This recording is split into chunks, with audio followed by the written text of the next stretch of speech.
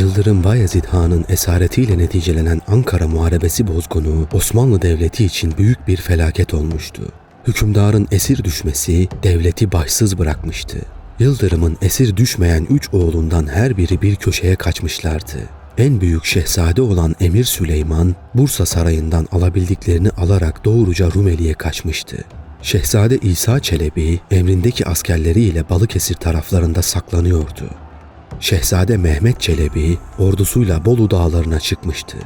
Şehzade Musa Çelebi, savaşın sonuna kadar babasının yanından ayrılmadığı için o da babasıyla esir düşmüş ve Timur'un nezdinde kalmıştı. Şehzade Mustafa, savaşın en şiddetli yerinde kayıplara karışmış, kendisinden haber alınamamıştı. Kimileri öldüğünü söylüyor, kimileri de Timur tarafından esir alındığını söylüyorlardı.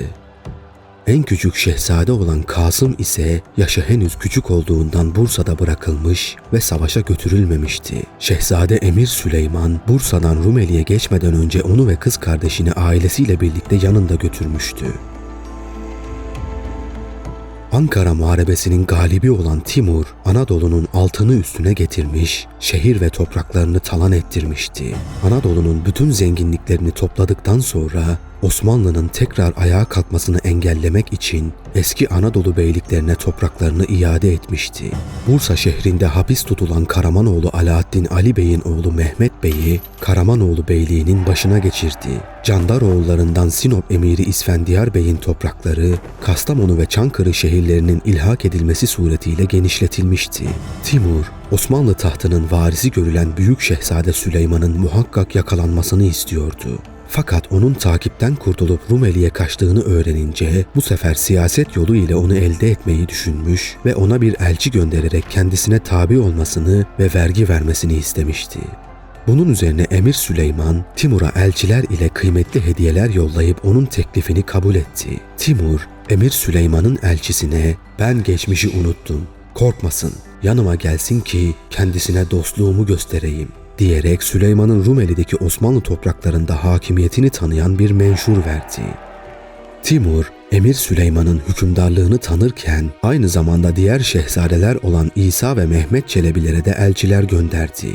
Yine aynı tatlı sözlerle onlara kendisine tabi olması şartıyla hükümdarlıklarını kabul edeceğine dair menşurlar gönderdi. Böylece Osmanlı'nın tekrar toparlanıp güçlenememesi için Yıldırım'ın şehzadelerini birbirine düşürmeyi ve Osmanlı'yı taht kavgaları ile daha da zayıflatmayı hedeflemişti. Timur, Ege'de bulunduğu sırada Yıldırım Bayezid'in hastalandığını haber almış ve bu esir hükümdarın tedavisi için kendi doktorları olan İzzettin Mesud Şirazi ve Celaleddin Arap gibi meşhur şahsiyetleri görevlendirmişti. Fakat bu tedaviler bir işe yaramamış ve Yıldırım Bayezid 8 Mart 1403 yılında Akşehir'de vefat etmişti. Onun nasıl vefat ettiği konusunda günümüzde iki farklı görüş mevcuttur. Osmanlı ve Memlük tarihçileri ekseriyetle Bayezid'in ölümünün hastalığı mütakip eceliyle olduğunu yazarken, Doğu Romalı ve Batılı tarihçiler ise yüzüğünde sakladığı zehri içerek intihar ettiğini anlatırlar. Fakat Bayezid'in döneminde yaşayan tarihçilerin hiçbirinin intihardan bahsetmemesi ve Timur tarihçilerinin de Bayezid'in boğmaca ve hunnak hastalığı sebebiyle öldüğünü bildirmeleri, onun intihar etmeyip eceliyle öldüğüne dair yeterli bir delil teşkil eder. Timur, Yıldırım Bayezid'in ölümüne fevkalade üzülmüştü. Bu yüzden onun cenazesini oğlu Musa Çelebi'ye vererek Bursa'da defnedilmesine müsaade etti. Ayrıca Şehzade Musa Çelebi'ye yol harçlığı ve al damgalı bir menşur vererek onu da kendisine tabi olmak şartıyla hükümdar olarak tanımıştı. Böylece Osmanlı tahtı için mücadele edecek 4 şehzade olmuştu. Artık Osmanlı'nın bir daha toparlanabilmesi mümkün görünmüyordu. Timur'un Emir Yelman'a gönderdiği fetihname ve Düsturname-i Enveri'den anlaşıldığına göre kayıp denilen Şehzade Mustafa Çelebi Timur tarafından Semerkand'a götürülmüştü. Osmanlı tarihçilerinin kaybolduğunu, hatta öldüğünü söyledikleri Mustafa Çelebi daha sonra bu esaretten kurtulacak ve saltanat davasında bulunacaktı. Timur 1403 yılının Mart ayına kadar Anadolu'da kaldı. Onun esas gayesi büyük hasmı Yıldırım Bayezid'i ezmek, mamur ve zengin olan Anadolu'yu yağmalamak olduğundan Anadolu topraklarını sıkı şekilde kendisine bağlamadığı gibi Avrupa'ya geçmeye de teşebbüs etmemişti. Bu yüzden buraları kendi tabiyeti altına almakla yetindi. Böylece Timur, Semerkand'a dönüş yolculuğuna geçti. Geride bir yangın ve birbirine rakip 4 şehzade bırakmıştı.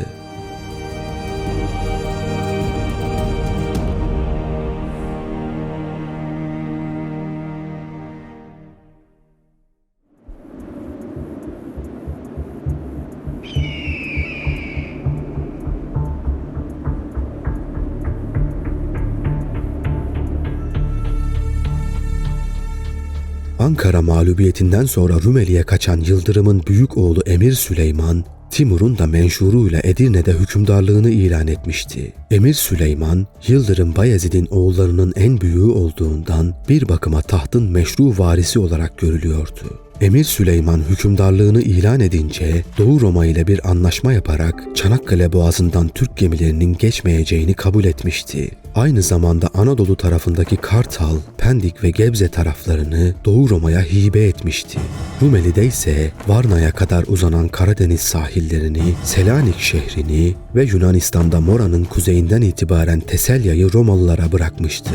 Ayrıca kardeşi Kasım Çelebi ile kız kardeşi Fatıma'yı da Roma İmparatoruna rehin olarak vermişti. Kendisi de imparatorun kızı ile evlenmek suretiyle Doğu Roma ile akrabalık tesis etti. Osmanlı askeri Arnavutluk'tan da çekilmek zorunda kaldı. Savaştan sonra ülkesine dönen Sırp kralı Lazaroviç kısa sürede Brankoviçler üzerinde üstünlük sağlamıştı. Emir Süleyman, Sırbistan'ı kaybetmemek için Stefan Lazaroviç'e birçok tavizler vermek zorunda kaldı. Böylece Lazar, Osmanlı'ya olan sadakatini bir süre daha devam ettirdi. Türklerin Ankara'da uğradığı büyük felaketten cesaret alan Bulgaristan'ın eski Çar ailesi Osmanlı'ya karşı bir ayaklanma tertiplese de bu Emir Süleyman tarafından derhal bastırılmıştı. Fakat bütün bunlara rağmen Osmanlılar Rumeli'de artık müdafaya geçmiş vaziyetteydiler. Emir Süleyman, etrafındaki erkan ve emirler bakımından diğer 3 şehzadeye karşı üstün bir durumdaydı. Yanında Vezir-i Azam Çandarlı Ali Paşa, Yeniçeri Ağası Hasan Ağa, Evrenos Bey, Mihaloğlu Mehmet Bey, Murat Paşa, Sübaşı İne Bey gibi Yıldırım'ın kudretli komutanları bulunuyordu. Emrinde kendisine sadık 30.000 kişilik askeri kuvveti vardı. Emir Süleyman, Rumeli'de yaptığı anlaşmalarla işlerini yoluna koyduktan sonra nüfuzunu Anadolu'ya da yaymaya çalışacak ve böylece şehzadeler arasındaki mücadelenin fitilini ateşleyecekti. O sıralarda Anadolu tam bir yangın yeriydi. Şehirler harabeye dönmüştü. Birçok göçebe unsurlar türeyip faaliyete geçerek haydutluk ve eşkıyalığı bir geçim vasıtası haline getirmişlerdi. Bu çeteler otorite boşluğundan istifade ederek şehirlerde ve kasabalarda yağmalar yapıyor, mütemadiyen etrafa tecavüzlerde bulunuyorlardı. Vatan ve milliyet mefhumlarına değil, harp ve ganimete bağlılık gösteriyorlardı. Bu hal karşısında yağma ve tahripten yakalarını sıyırmak isteyen şehir halklarının bir kısmı zaman zaman etrafa dağılmıştı. Anadolu'da derhal bir otorite kurulması gerektiği kesindi. Fakat esas sorun bu otoritenin nasıl kurulacağı değil, kim tarafından kurulacağıydı.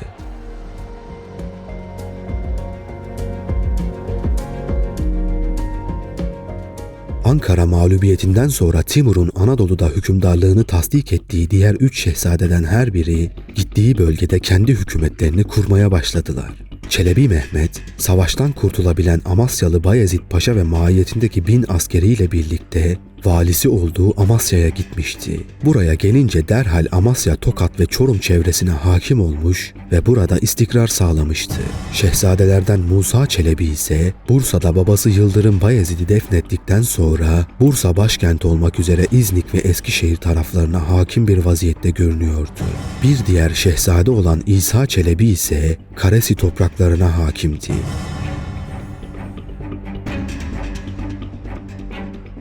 Çelebi Mehmet, Amasya'ya ulaştığı günlerden itibaren ömrü daima bir mücadele ile geçmişti.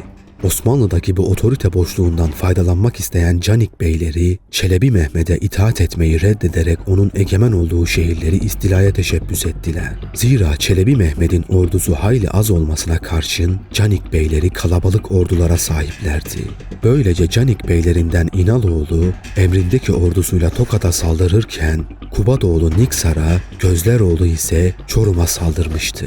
İçlerinde en kuvvetlisi olan Mezit Bey de otorite boşluğu bulunan Sivas'a doğru harekete geçmişti. Çelebi Mehmet bu beylerin hepsiyle de aynı anda mücadele etmek zorunda kaldı. Evvela Gözleroğlu'nun hakkından gelmişti. Ardından Tokat'a yürüyerek İnaloğlu kuvvetlerine saldırıya geçti. Osmanlı tarihlerinde belirtildiğine göre İnaloğlu'nun emrinde 20.000 civarında kalabalık bir ordu vardı. Çelebi Mehmet'in asker sayısı bilinmemesine rağmen bundan çok daha az olduğu aşikardı. Kazova'da karşı karşıya gelen iki ordu dehşetli bir savaşa tutuştu. Nihayet Çelebi Mehmet bunların da hakkından geldi. Ardından Niksar'ı kuşatan Kubadoğlu'nun akıbeti de diğerleriyle aynı oldu. Böylece küçük yaşına rağmen Çelebi Mehmet bir zamanlar valisi olduğu mıntıkayı metanetle savunmuştu. Üstelik Canik beylerini de itaati altına almayı başardı. Ardından Çelebi Mehmet, Bayezid Paşa'nın emrine verdiği bir orduyu Sivas'ı geri alması için gönderdi.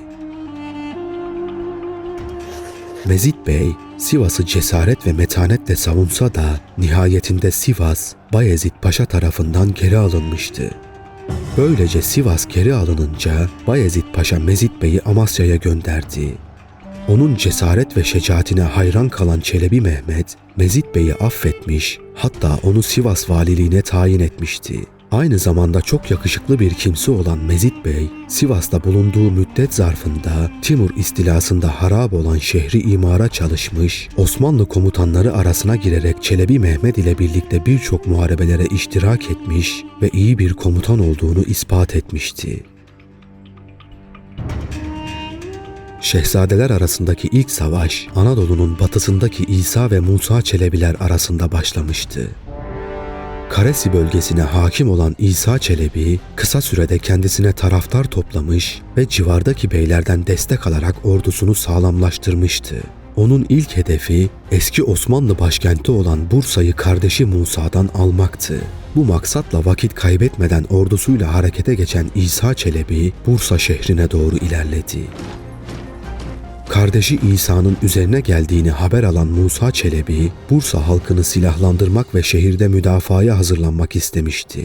Fakat Bursa halkı Musa Çelebi'ye temsilcilerini göndererek şöyle dedi: "Şehzadelerden hiçbirine ne taraftar ne de aleyhtarız. Siz kardeşler aranızdaki meseleyi halledin. Bizi bu kavgaya bulaştırırsanız bir daha kapanması imkansız yaraların açılmasına sebep olursunuz. Her birinizin emrindeki askerlerin siz şehzadelerine sadakati bir vicdan borcudur. Ancak sizden istirhamımız bu ihtilafın millet fertlerini bölmesine mahal vermemenizdir." Bu cevap Osmanlı halkının ne kadar sağlam ve feraset sahibi olduğunun bir göstergesiydi adeta. Halk takım tutar gibi şehzadeleri tutup birbirine düşmanlık beslemek yerine birlik olmayı seçmişti. Bu sırada İsa Çelebi'nin iyice yaklaştığını gören Musa Çelebi, emrinde yeteri kadar asker toplayamadığı ve sivil halkı da kendi tarafına çekemediği için burada bir savunma yapmanın tehlikeli olacağını fark edip şehri terk etti. Canını kurtarmak için evvela Karamanoğlu Beyliğine sığındı. Fakat burada fazla kalmayarak kardeşi Mehmet Çelebi'nin çağrısı üzerine onun himayesine girdi. Böylece İsa Çelebi harpsiz bir şekilde Bursa şehrine egemen olmuştu. Ağabeyi İsa Çelebi'nin Bursa'yı alarak hükümet merkezine sahip olduğunu öğrenen Muhammed Çelebi derhal Bursa'yı zapt için harekete geçmişti. İsa'ya karşı hazırlanan kuvvetler Hoca Firuz Bey'in oğlu Yakup Bey komutasında Bursa'ya doğru yola çıkmıştı.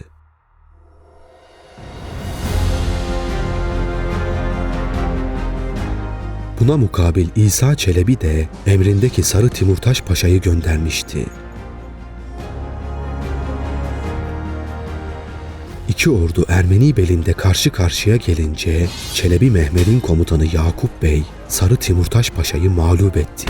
Bunun üzerine kuvvetleriyle geri çekilen Sarı Timurtaş Paşa, kalan ordusuyla İsa Çelebi'nin yanına gitti. Bu sırada Mehmet Çelebi de yetişmiş ve ordunun komutasını üzerine almıştı. Doğrudan Bursa şehrine ilerledi.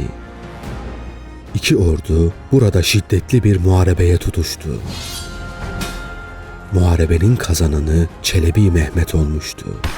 Savaştan canını zor kurtaran İsa Çelebi, kaçarak İstanbul'daki Roma İmparatorunun yanına sığındı.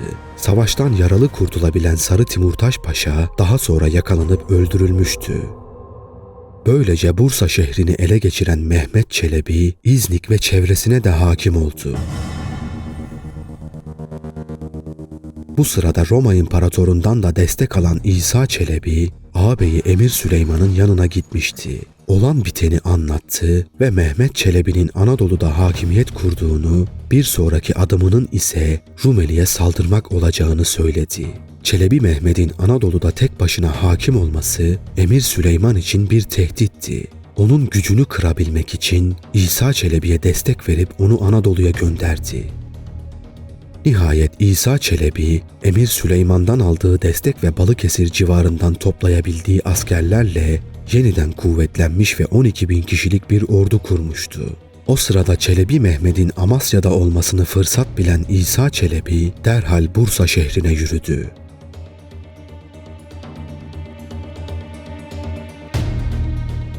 Bursa'yı ikinci defa harpsiz bir şekilde ele geçirmek isteyen İsa Çelebi bu sefer Bursa halkının direnişiyle karşılaştı. Bunun üzerine şehri kuşatarak ele geçirmeye niyetlendi. İsa Çelebi'nin yeniden Bursa şehrine yürüdüğünü haber alan Çelebi Mehmet derhal ordusuyla buraya yürüdü.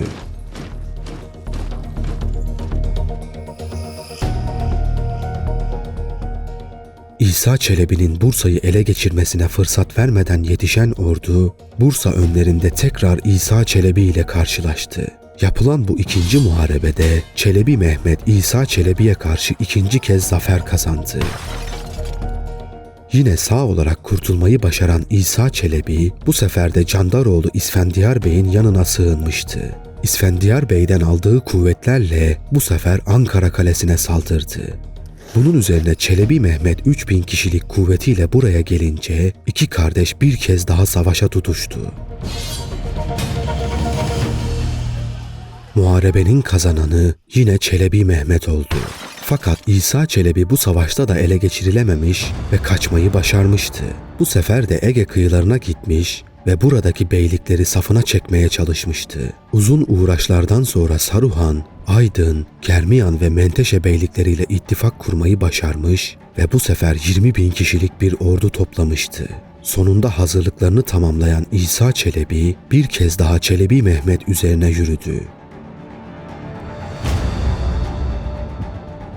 İsa Çelebi'nin 20.000 kişilik ordusuna karşı 10.000 kişiyle savaşa giren Çelebi Mehmet bir kez daha büyük bir zafer kazandı. Fakat İsa Çelebi yine ele geçirilememiş ve savaş alanından kaçarak kurtulmuştu. Onda babası Yıldırım Bayezid'in çevikliği ve bitmek bilmeyen hırsı bulunuyordu adeta. Çelebi Mehmet önce İsa Çelebi'ye destek verip Osmanlı arazisine asker göndermek suretiyle kendisini tehdit eden Batı Anadolu beylikleriyle hesaplaşacaktı. Bu maksatla İsa Çelebi ile yapılan son muharebenin hemen akabinde askerleriyle Saruhan iline yürüdü. Kısa sürede Manisa şehrini ele geçirdi ve babasına ihanet eden Saruhanoğlu Hızır Şah'ı yakalayıp idam etti. Böylece Saruhanoğlu topraklarını tekrar Osmanlı mülküne kattı.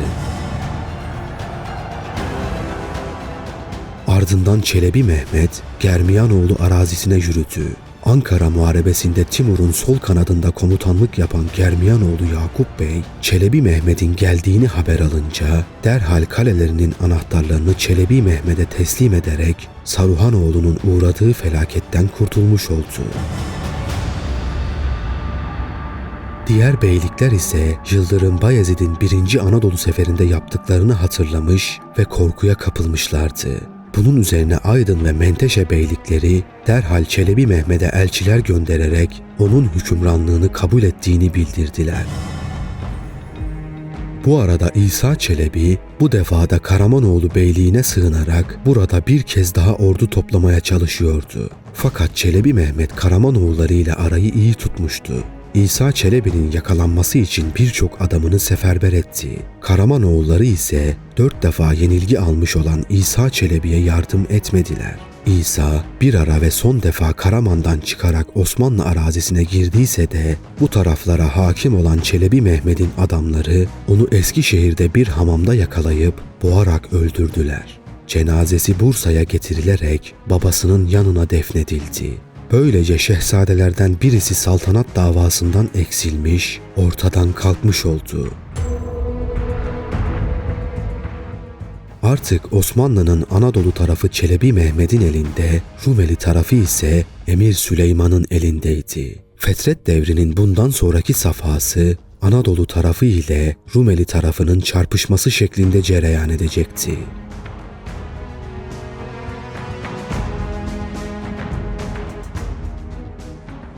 Tarihçilerin ekserisinin yazdıklarına göre Anadolu'da bu mücadeleler yaşanırken Emir Süleyman Edirne'de içki ve zevk-ü sefa alemleriyle meşguldü. Muskirata çok düşkün olduğu söylenilen Emir Süleyman bu içkili alemlere kendisini tam manasıyla kaptırmıştı.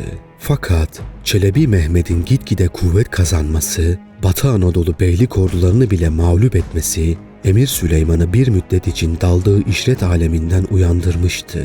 Zaten kendisinden ziyade devlet işlerini Vezir-i Azam Çandarlı Ali Paşa idare etmekteydi.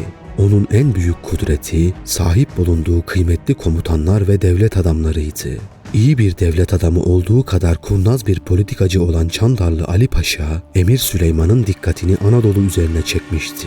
Nihayet Emir Süleyman ordusuyla Çanakkale Boğazı'nı geçerek Anadolu'ya ayak bastı. Doğrudan eski başkent Bursa üzerine ilerledi. Ağabeyi Emir Sultan'ın üzerine geldiğini öğrenen Çelebi Mehmet, onun nezdindeki devlet adamlarının ve Yeniçerilerin kudretini bildiğinden ve kendi ordusunun sayısının azlığından dolayı bunlarla açıktan bir savaşa girmek riskine girmedi ve Amasya'ya çekildi. Bursa şehri derhal Emir Süleyman'a kapılarını açınca Karesi, Saruhan ve Bursa civarı Emir Süleyman'ın hakimiyetine girmiş oldu. Ardından Emir Süleyman, Vezir-i Azam Çandarlı Ali Paşa'yı Ankara'yı fethetmekle görevlendirdi. Ankara Kalesi, Firuzoğlu Yakup Bey tarafından kuvvet ve metanetle korunmaktaydı. Çelebi Mehmet, kale komutanına mektup göndererek kendisi yetişinceye kadar müdafaya devam etmesini bildirmişti. Fakat mektubu getiren adamlar Vezir Ali Paşa'nın eline düştüler. Kurnaz bir adam olan Ali Paşa bu sırada bir harp hilesine başvurarak mektubu getirenlerin haberi olmadan mektuptaki ifadeleri ustalıkla değiştirmiş, Çelebi Mehmet'in mektubunu kendisi gelemeyeceği için şehri teslim etmeleri şekline çevirmişti. Ardından adamların kaçmalarına fırsat verdi. Bunun üzerine Yakup Bey üstünde Çelebi Mehmet'in mührü olan mektubu alınca şehri Ali Paşa'ya teslim etti.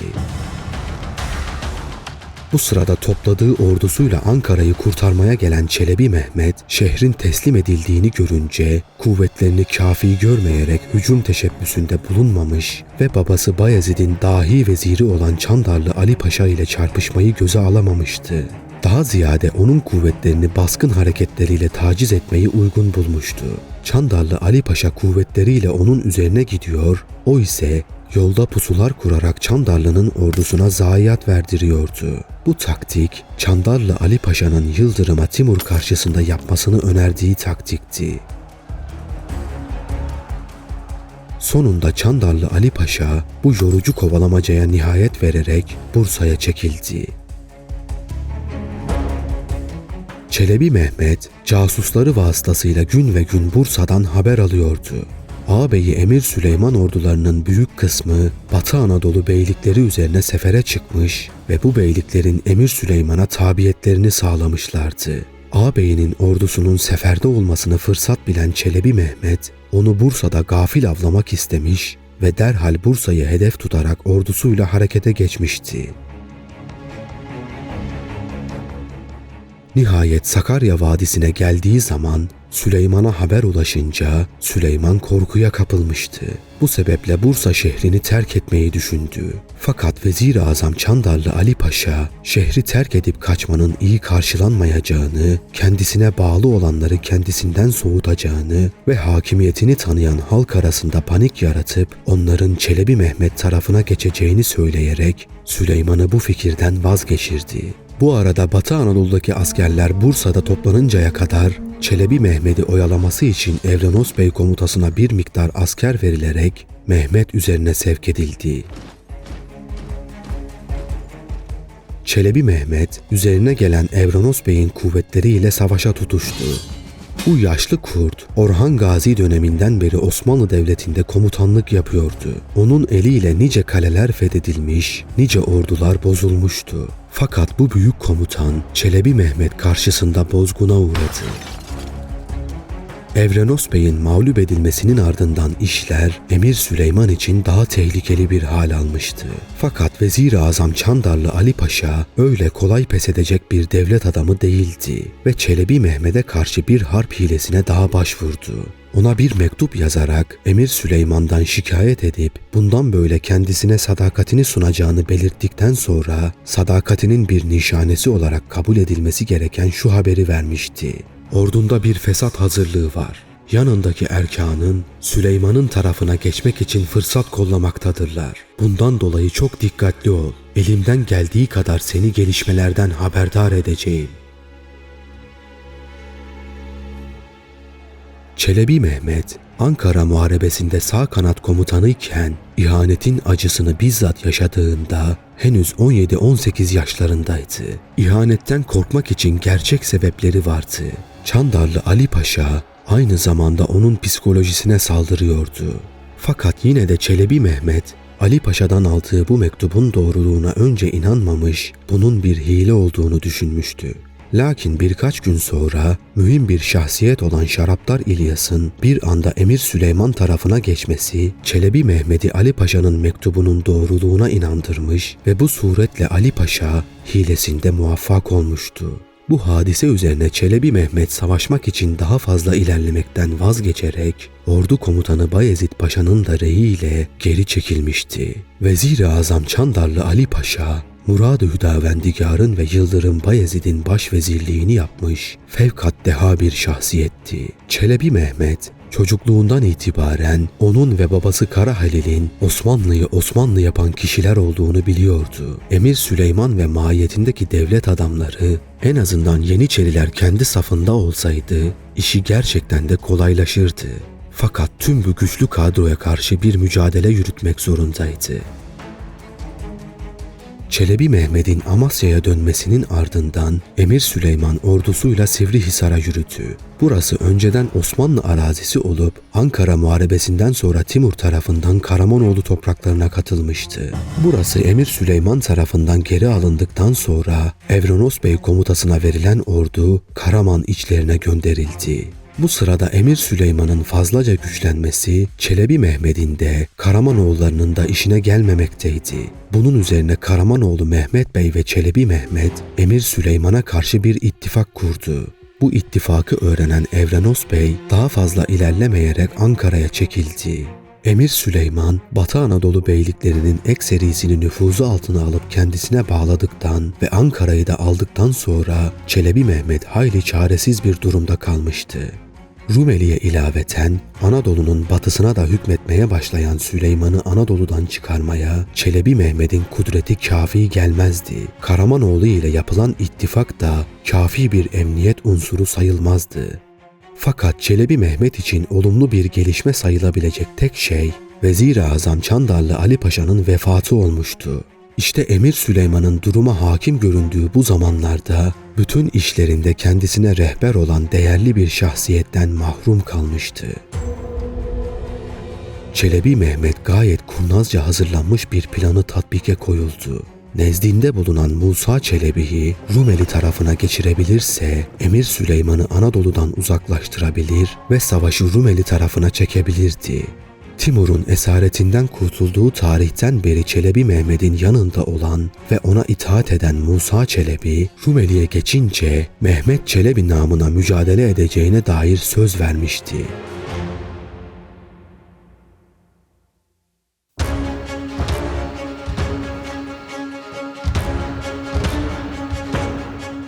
Musa'nın Rumeli'ye geçirilmesinde Kastamonu hükümdarı İsfendiyar Bey'in Karadeniz yoluyla Rumeli ile temasta olmasından istifade edilmişti. Nibolu Muharebesi'nde Yıldırım'ın karşısında yer alan Eflak Voyvodası Mirça ile gizlice haberleşildi ve kendisi de bu dava için kazanıldı. Herkes kendi çıkarlarını düşünüyor ve en güçlü Osmanlı şehzadesinin gücünü kırmak istiyordu. Böylece Sinop'tan gemiye binen Musa Çelebi doğruca Eflak kıyılarına hareket etti. Eflak kıyılarına ayak basan Musa Çelebi, hummalı bir çalışma neticesinde etrafına biraz kuvvet toplamayı başarmıştı. Voyvoda Mirça, Musa'ya yardım ediyordu. Musa bu sırada Mirça'nın kızıyla da evlenerek onun damadı olmuştu. Ayrıca sadece Eflak değil, Sırplar ve Bulgarlar da Emir Süleyman'a karşı Musa Çelebi'ye destek verdiler. Bursa'da bulunan Emir Süleyman ise rakibinin Eflak yoluyla Rumeli'ye geçebileceğini hiç hesaplamamıştı. Şimdiye kadar Rumeli'ye geçiş için hep iki yol kullanılmıştı. Bunlar da İstanbul ve Çanakkale boğazlarıydı. Emir Süleyman her iki boğazdan da emindi. Fakat rakibinin Rumeli'ye Karadeniz üzerinden geçmesi ve Balkanlarda kendisine karşı destek bulması Emir Süleyman'ı telaşlandırmıştı. Bunun üzerine derhal ordusunu toplamış, Anadolu cihetinde genişleme niyetini bir tarafa bırakarak payitahtını kurtarmak için doğruca Rumeli'ye geçmişti.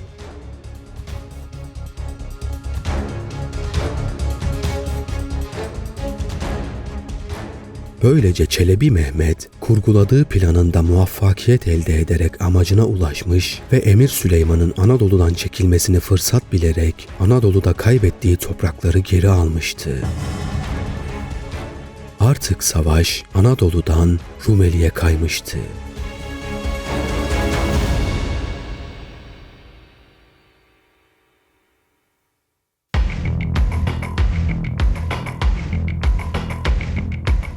Emir Süleyman Rumeli'ye İstanbul üzerinden geçmiş ve müttefiki olan Doğu Roma İmparatorundan destek kuvvetler almıştı. Musa Çelebi ise emrinde toplanan Eflak, Sırp ve Bulgar askerleriyle doğruca ağabeyi Emir Süleyman üzerine hareket etmişti. Her iki tarafta da Hristiyan askerler mevcuttu. Süleyman'ın mahiyetinde Doğu Roma kuvvetleri, Musa'nın mahiyetinde ise Balkan kuvvetleri. Fakat Vezir-i Azam Çandarlı Ali Paşa gibi bir devlet adamını kaybetmesine rağmen Emir Süleyman'ın yanında hala da Yıldırım Bayezid zamanının kudretli komutanları ve Yeniçeri ordusu mevcuttu. Dolayısıyla harp kabiliyeti bakımından Emir Süleyman kardeşi Musa'ya üstün bir durumdaydı. Muharebenin en şiddetli anında Musa Çelebi emrindeki Sırp kralı Stefan Lazaroviç taraf değiştirerek Emir Süleyman'ın saflarına katılınca Musa Çelebi ağabeyi karşısında mağlup oldu ve kalan askerleriyle süratle harp sahasından uzaklaştı.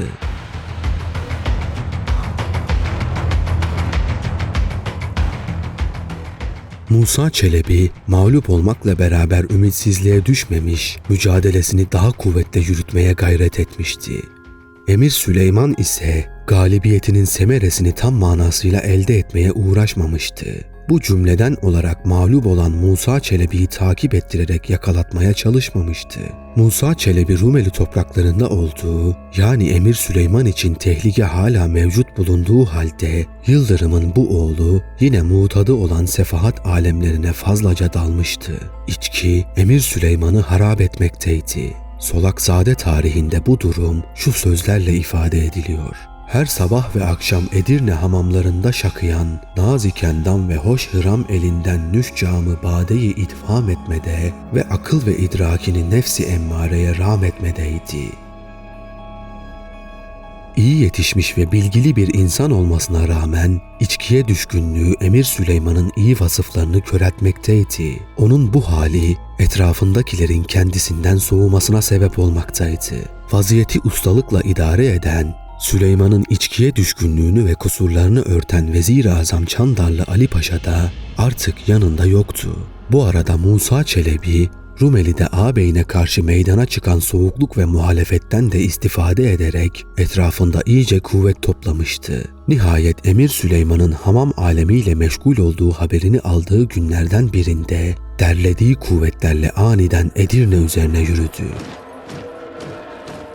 Bu vaziyet karşısında Akıncı beylerinden Mihaloğlu Mehmet Bey derhal Emir Süleyman'ın huzuruna koşarak onu daldığı gaflet uykusundan uyandırmak ve tehlikenin büyüklüğünü izah etmek istemişti.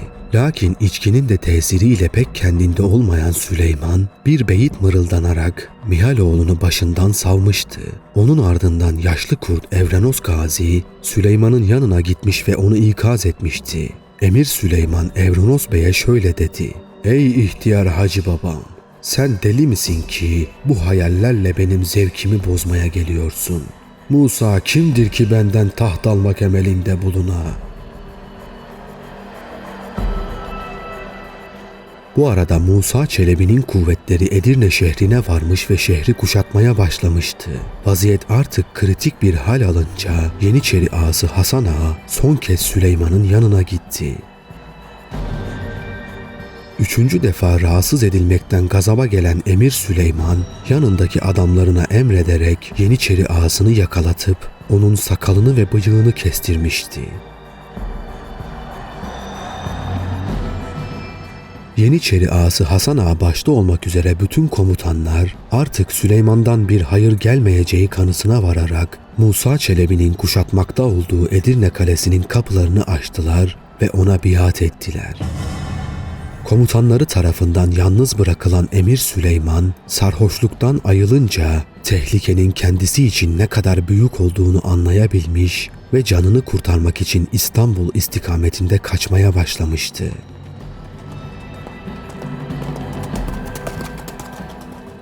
Alelacele Edirne'den ayrılıp İstanbul'a doğru yola çıkan Emir Süleyman, Döğenciler köyü tarafına geldiğinde onu elbisesinin ihtişamından ve atının takımından tanıyan Türkmenler ona saldırarak canına kastetmiş, elbiselerini, atını ve altınlarını almış ve kafasını kesmişlerdi. Sarhoşluğu yüzünden mevkiini ve onunla birlikte hayatını kaybeden Emir Süleyman aslında olgun bir şahsiyete sahipti. Lakin içkiye düşkünlüğü ve hamam alemlerine dalması onun şahsiyet ve karakterini değiştirip alt üst etmişti. Aşık Paşazade'nin yazdıklarına göre Musa Çelebi ağabeyinin öldürüldüğü haberini alınca çok öfkelenmiş ve o Türkmen köylerini ateşe vermişti. Emir Süleyman'ın cenazesi dedesi Murad-ı Hüdavendigar'ın yanına defnedildi.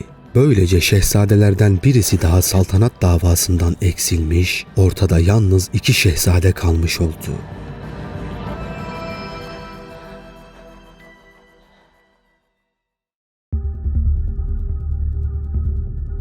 Musa Çelebi Edirne'ye sahip olmuş ve Yıldırım'ın güçlü komutanları ona biat etmişti. Halbuki Musa Çelebi, Anadolu'dan ayrılmadan evvel kardeşi Çelebi Mehmet'e sadık kalacağına ve Rumeli'de onun adına mücadele edeceğine söz vermişti. Fakat Rumeli'de gücü eline aldıktan sonra verdiği bu sözü bozmuş ve kendi hükümdarlığını ilan ederek adına hutbe okutup para bastırmıştı.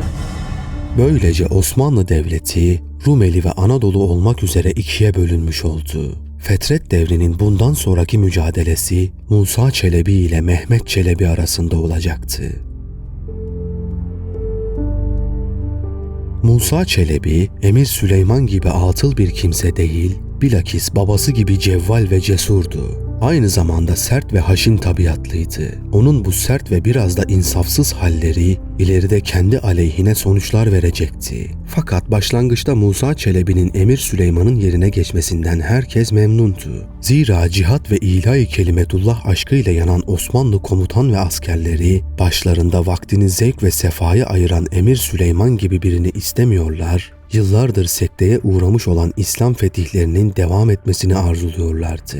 Fakat onların sevinçleri pek uzun sürmeyecekti. Zira Musa Çelebi, Emir Süleyman'ın adamlarına pek güvenemiyordu. Bu yüzden onların çoğunu görevinden azletti. Kör Melekşah adında birisini kendisine vezir yaptı. Mihaloğlu Mehmet Bey'i Beylerbeyi tayin etti. Şeyh Bedreddin'i Kaz askerlik makamına getirdi ki bu adam birkaç sene sonra çıkaracağı ayaklanma ile Osmanlı'nın başına büyük bela olacaktı. Yıldırım Bayezid'in bu cesur ve hareketli şehzadesi ilk iş olarak Sırp kralından ihanetinin hesabını sormak için harekete geçti. Emir Süleyman ile yapılan ilk muharebede Sırp kralı Stefan, Musa Çelebi'nin emrindeyken taraf değiştirmiş ve ona ihanet etmişti. Ordusuyla Sırbistan'a ilerledi ve Stefan Lazar kuvvetlerini perişan etti. Önemli bir maden merkezi olan Nova Barda'yı fethetti. Buradan birçok esir elde ederek Sırbistan'ı kendisine bağladı. O sıralarda Vidin'deki Bulgar prensi isyana kalkmış ve bu bölgede bağımsızlık elde etmişti. Derhal bölgeye ilerleyen Musa Çelebi burayı da geri almayı başardı. Ardından Makedonya'ya yönelerek buradakilerin Osmanlı'ya olan bağlılığını sağlamlaştırdı. Daha sonra Roma İmparatorluğu'na harp ilan etti ve ordusuyla Yunanistan'da kaybedilen toprakları geri almaya koyuldu. Babası Yıldırım Bayezid zamanındaki Teselya ve Mora kuzeyini yeniden ele geçirdi. Ardından Emir Süleyman tarafından Doğu Roma'ya hediye edilen Karadeniz sahillerini Rumlardan geri aldı. Musa Çelebi, babası Yıldırım Bayezid'e pek düşkün ve sadık bir evlattı. Ankara Muharebesi'nde Şehzadeler Savaşı terk edip çekilirken o babasının yanından bir an olsun ayrılmamış ve babası ile birlikte esir düşmüştü. Musa Çelebi, Roma İmparatoruna karşı çok büyük bir kin besliyordu. Zira o, Timur'un Osmanlı'ya saldırmasının sebebinin Roma İmparatoru olduğunu düşünüyordu. Bu yüzden İstanbul'u kuşatıp Roma İmparatorluğu'na son vermeyi düşünecek kadar gözünü karartmıştı. Dönemin Doğu Romalı tarihçisi Dukas'ın yazdıklarına göre Musa Çelebi, Trakya, Makedonya ve diğer vilayetlerin ileri gelenlerini toplamış ve onlara şöyle bir konuşma yapmıştı. Timur'un Asya'yı nasıl titrettiğini ve babamın nasıl bu zalimlerin eline düştüğünü bilirsiniz. Bütün bu felaketlere sebep olan Rumlar ve imparatordan başkası değildir. İranlıları, Tatarları ve bir sürü yabancıları yurdumuza sokan onlardır. Onların yüzünden yurdumuz yağma edildi. Ağabeyim ise buraya gelip bu felaketi büsbütün artırdı ve vatanına ihanet etti. Babama karşı hürmet ve şefkat göstermediği gibi Rumlarla da işbirliği yaptı. Babamın ve dedelerimin alın teriyle fethettiği nice toprakları Türk'ün ezeli düşmanı olan Rumlara terk etti. Bu sebeple ağabeyimin yarı gevur olduğunu söyleyebilirim. Böylece Allah ondan yüz çevirdi ve peygamberin kılıcını benim elime verdi. İşte ben karşınızdayım. Allah'ın izniyle ve sizin de yardımınızla şehirlerin anası İstanbul'u fethedecek ve babamın katilini elime geçireceğim.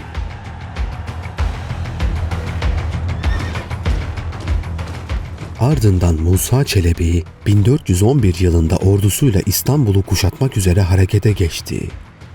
Musa Çelebi İstanbul sınırına girdiği andan itibaren civardaki köylerin tamamen boşaltılmış olduğunu gördü. Zira Roma İmparatoru Manuel köylerin halkını surlardan içeri almıştı. Musa Çelebi'nin bu İstanbul kuşatmasında surlar top ateşiyle dövülüyor ve İstanbul halkı direniyordu.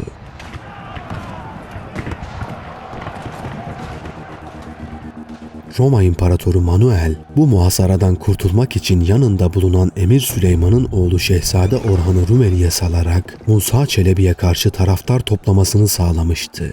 Şehzade Orhan bir takım Akıncı birliklerinin kendine iltihak etmesi sonucu Selanik'te faaliyete geçince Musa Çelebi İstanbul kuşatmasını kısmen kaldırmak zorunda kaldı. Kuşatmada bir miktar asker bırakarak doğrudan Selanik tarafına ilerledi. Musa Çelebi, Şehzade Orhan emrindeki kuvvetleri dağıtmaya muvaffak oldu. Şehzade Orhan yenilip Selanik kalesine sığınınca Musa Çelebi, Selanik şehrini de kuşatmaya başladı. Musa Çelebi'nin Şehzade Orhan meselesini halleder halletmez tekrar üzerine geleceğini bilen Roma İmparatoru Manuel, Musa Çelebi'den kurtulmak için çareyi Çelebi Mehmet'ten yardım istemekte buldu. Eğer şehzadeleri birbiriyle çarpıştırabilirse Roma'nın hayatiyetini muhafaza edebileceğini düşünüyordu. Böylece Çelebi Mehmet de hedefine adım adım bir matematik problemi çözercesine yürüyordu. Zira onun ordusunu Rumeli'ye geçirmek için tam da böyle bir teklife ihtiyacı vardı. İmparator Manuel'e karşı yapmacık bir samimiyet takınarak siyaset yaptı.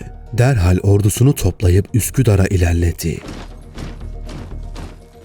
Roma gemilerinin yardımıyla askerini Boğaz'dan İstanbul'a geçirdi. Çelebi Mehmet'in ordusuyla İstanbul'a geçtiğini haber alan Musa Çelebi derhal buraya varmış ve iki ordu 1412 Temmuz'unda İnceyiz mevkiinde karşı karşıya gelmişti. İnceyiz Muharebesi ile alakalı Neşri tarihinde yazana göre önce Çelebi Mehmet'in sağ ve sol kanatları Musa Çelebi'nin kanatlarına hücum etti. Kısa süre sonra Musa Çelebi'nin sağ ve sol kanatları bozularak dağılmaya başladı. Çelebi Mehmet'in kuvvetleri onları takip ederken Musa Çelebi de savaşın kaybedildiğini tahmin ederek kaçmak istemişti. Çelebi Mehmet bu durumu fark edince Musa Çelebi'nin bulunduğu merkez hattına doğru hücuma geçti. Fakat Musa Çelebi'nin bulunduğu merkez hattında tam 7.000 Yeniçeri bulunuyordu. Yeniçeriler Musa Çelebi'nin geri çekilme teklifini doğru bulmasa da onun emrine itaat ederek yavaş yavaş çekilmeye başladılar.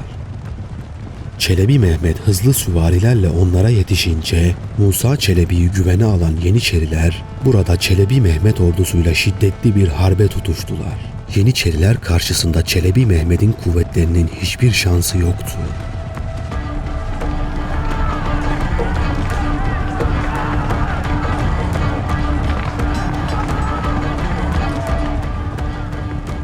Birkaç saatlik bir vuruşmadan sonra Çelebi Mehmet yaralandı ve ordusu da Yeniçeriler tarafından bozguna uğratıldı. Fakat yine de Çelebi Mehmet'i Yeniçerilere teslim etmediler ve 300 kadar atlı ile onu İstanbul istikametinde kaçırmaya muvaffak oldular.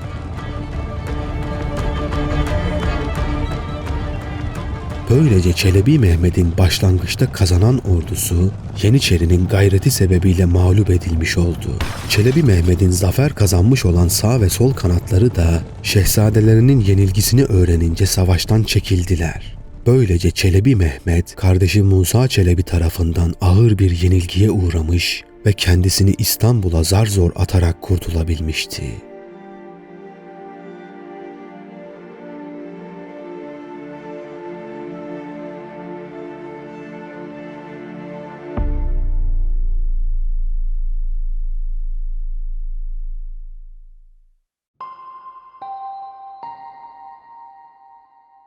İnceyiz mağlubiyeti üzerine Anadolu'ya kaçan Çelebi Mehmet bir taraftan kendisini kuvvetlendirmeye, öte yandan da Musa Çelebi'yi zayıf düşürecek tedbirler almaya gayret ediyordu. Rumeli'ye ilk geçişinde Roma İmparatoru ile dost ve müttefikti. Mağluben Anadolu'ya çekildikten sonra da bu dostluğu devam ettirmeye çalıştı. Ayrıca Musa Çelebi'den memnun olmayan Rumeli beyleri ile de haberleşmekteydi. Son derece cesur ve atılgan olan Musa Çelebi, mahiyetindeki devlet adamlarını kendi safında tutmanın önemini pek kavrayamamış gözüküyordu. Zira o, Ankara Muharebesi'nde Timur karşısında alınan yenilginin mesuliyetini, babası Yıldırım'dan izin almaksızın harp sahasından kaçan devlet adamlarında görüyor ve bu sebeple her fırsatta onlara babasını yalnız bıraktıklarını hatırlatıyor ve onları adeta hainlikle itham ediyordu. Onun yanındakilere karşı bu sert tavırları devlet adamlarında ona karşı bir antipati oluşmasına sebep oluyordu. Üstelik bunlara karşı itimatsızlığından ötürü devletin önemli yerlerine sırf güvendiği adamları yerleştirmek suretiyle liyakate de önem vermiyordu. O zamana kadar değerli hizmetler ifa etmiş ve bilhassa Rumeli halkı üzerinde derin nüfuza sahip kimseleri görevlerinden uzaklaştırması veya pasif vaziyete sokması Musa Çelebi'nin en büyük hatası olmuştu. Merhum Çandarlı Ali Paşa'nın oğlu Çandarlı İbrahim Paşa görevinden alınanlardan biriydi. Çandarlı soyunun bu kıymetli devlet adamı ondan uzaklaşıp Çelebi Mehmet'in yanına gidince onun kıymetini çok iyi bilen Çelebi Mehmet tarafından Vezir-i Azamlık rütbesine getirilmişti. Musa Çelebi'nin karşısında Çelebi Mehmet gibi aynı gaye uğruna mücadele eden bir kimse olmasaydı belki de onun tüm bu yaptıklarına göz yumulabilirdi. Zaten böyle bir şeyi en büyük fırsat sayan Çelebi Mehmet, bütün dikkatini Rumeli'deki ümeranın üzerinde toplamıştı. Onları kendi safına çekebilmek için her türlü gayreti gösteriyordu. Musa Çelebi'nin ikinci büyük hatası Rumeli beylerinin evlerine ve arazilerine el koymak olmuştu. Bu düşmanca tavır karşısında Çandarlı İbrahim Paşa'nın da gayretleriyle Evrenos Gazi, Mihaloğlu Yahşi Bey, Budak ve Sinan Beyler gibi mühim şahsiyetler de Çelebi Mehmet'in safına katıldılar. Bunlar arasında bilhassa Evrenos Gazi'nin Çelebi Mehmet safına geçmesi çok mühim bir gelişmeydi. Zira o, Rumeli'de herkes tarafından sevilen ve sayılan biriydi. Orhan Gazi döneminde Rumeli'nin ilk fetihlerine katılmış ve Rumeli'de fethedilen her toprak parçasında emeği olan bir zattı. Rumeli'nin askeri durumu kadar siyasi çehresini de onun kadar iyi bilen az bulunurdu. İşte bu mühim şahsiyet, Rumeli'de izlenecek yol için Çelebi Mehmet'e bilgi veriyordu. Evrenos Gazi, Rumeli'deki bağlantılarını kullanarak Sırp kralı Stefan Lazaroviç'i Çelebi Mehmet'in safına çekmiş ve ondan da yardım taahhüdü almıştı. Ayrıca Çelebi Mehmet, kayınpederi olan Dulkadiroğlu Nasreddin Bey'den de bir miktar takviye kuvvet alarak Bursa'da 30.000 kişilik bir ordu kurmayı başarmıştı. Roma İmparatoru Manuel'in yardımıyla kalabalık ordusunu İstanbul Boğazı'ndan geçiren Çelebi Mehmet, askerleriyle doğruca Vize'ye ilerlemiş ve burada ordugah kurmuştu. Evrenos Gazi hemen hemen bütün Rumeli beyleriyle irtibat halindeydi ve onları Çelebi Mehmet'e katılmaya ikna etmeye çalışıyordu. Çelebi Mehmet ordusuyla Edirne'ye doğru ilerledikçe Rumeli beylerinin her birinin kendi askerleriyle ordusuna katılmalarını şaşkınlıkla izliyordu. Yaşlı kurt yapmıştı yapacağını. Kader onu yeni Osmanlı Sultanı olmaya çağırıyordu. Böylece Çelebi Mehmet'in ordusu Musa Çelebi'nin karşı koymaya cesaret edemeyeceği kadar kalabalıklaşmış, Musa Çelebi'nin yanında Yeniçeri Ağası Hasan Ağa, Mihaloğlu Mehmet Bey ve Timurtaşoğlu Umur Bey'den başka büyük beylerden kimse kalmamıştı. Çelebi Mehmet'in bu kalabalık ordusunun karşısına çıkmaya cesaret edemeyen Musa Çelebi, Edirne şehrini terk ederek Sofya istikametinde kaçmaya başladı. Sırp kralı Stefan Lazaroviç, Çelebi Mehmet'in emriyle ülkesinden yola çıkmıştı. Güneyden Çelebi Mehmet, batıdan da Lazar tarafından sıkıştırılan Musa Çelebi, nihayet Samakov civarında harbe mecbur kalmıştı. Burada yapılan muharebede Musa Çelebi bozguna uğratıldı. Yeniçerileri Çelebi Mehmet'in safına katılmaya davet eden Yeniçeri ağası Hasan Ağa, Musa Çelebi tarafından kılıç darbesiyle öldürülmüştü. Bu durum, Yeniçerilerin de Çelebi Mehmet safına geçmesine sebep olunca artık Musa Çelebi için hiçbir şans kalmamıştı. Kalan birkaç yüz atlısıyla kuzey istikametinde kaçmaya başladı. Çelebi Mehmet onun yakalanması için akıncıları görevlendirmişti. Nihayet Saruca Paşa tarafından bir bataklıkta yakalanan Musa Çelebi oracıkta boğularak öldürüldü. Cenazesi Bursa'ya gönderilerek babası Yıldırım Bayezid'in yanına defnedildi. Musa Çelebi'ye sonuna kadar sadık kalan mühim şahsiyetlerden Mihaloğlu Mehmet Bey tutuklanarak Tatar Çardağı namıyla meşhur Tokat hapishanesine gönderildi. Kazasker Şeyh Bedrettin İzni'ye gönderilerek göz hapsine alındı. Böylece 11 yıllık fetret devri sona ermişti. Bütün Rumeli ve Anadolu son Şehzade Çelebi Mehmet'e biat etmiş ve Çelebi Mehmet babası Yıldırım Bayezid'den sonra Osmanlı Devleti'nin 5. padişahı olarak Edirne'de tahta oturmuştu. Artık devir Çelebi Mehmet'in devriydi.